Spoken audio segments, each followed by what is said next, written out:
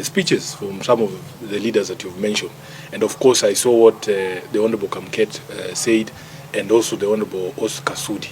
The truth is that we know now that they understand that this thing, it is irreversible now. The damage that this government has done to its own reputation is irreversible. They know that there is very little that can be done between now and 2027 to reverse the fortunes of this regime.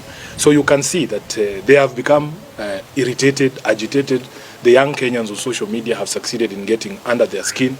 If you go to a function and speaker after speaker is only talking about social media and curtailing the freedoms of the young people, lecturing us about respecting other people, and yet these are some of the vilest politicians on the mic. They themselves cannot show you the respect that they want other people to show them. So for me, it is the clearest indication, and I want Kenyans to take confidence in the strength of our constitution to defend itself.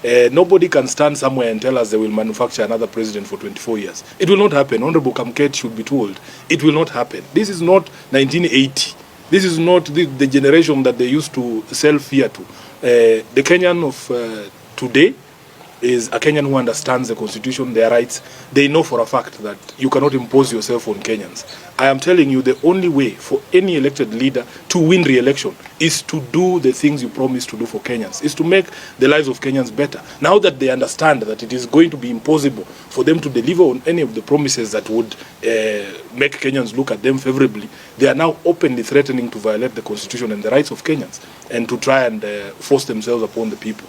As a person who was in the campaigns in 2022, when we were being backed by a sitting president, these are not strange pronouncements. They are very familiar, because there are people in our camp who used to speak the way Kina Kamket are speaking and telling the country, oh, hii kitu imeenda, oh, there's nothing you can do, tutanyorosha wewe, hatuwezi kuachia mwizi. But I'm telling you, with the sort of anger that Kenyans have, the day a Kenyan is given a ballot paper like this, once he crosses against your name and puts it in the ballot box, that's the end of the day.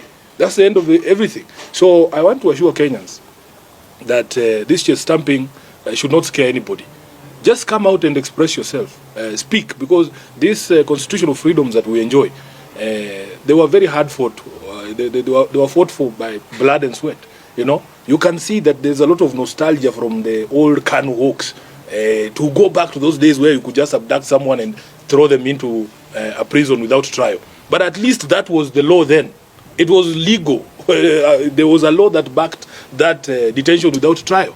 But that law does not exist anymore. The constitution now requires that if you arrest somebody, you have to produce them to court within 24 hours and charge them. And you have to demonstrate to the magistrate why you need to hold them in custody. The reason why they are abducting these young people is because there is no law that exists that says you cannot insult a leader. There is no law that says that you cannot insult the president. In fact, our High Court has already said that the freedom of expression extends to insults. The freedom of expression does not mean I have to be nice to you. It doesn't mean that I am forced to say things that you want to hear. Freedom of expression means I have to speak the way I see things. And instead of them addressing, why are Kenyans so angry? How did we get here? Because after the president was elected in 2022, by all accounts, William Ruto was one of the most popular politicians in the country. What did he do in the intervening period to lead to a place where he's being insulted left, right, and center?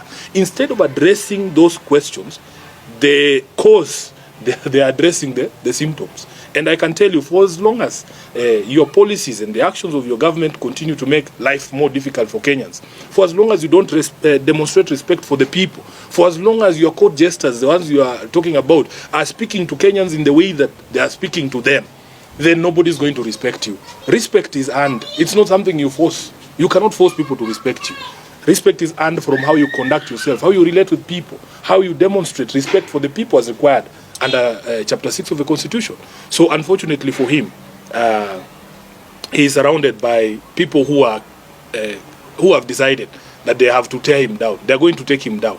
If there's anybody to be blamed for the one-term presidency of Ruto, it will be Kamket, it will be Oscar Sudi, and the likes who are surrounding him there, giving him bad advice, including my uncle Atwoli.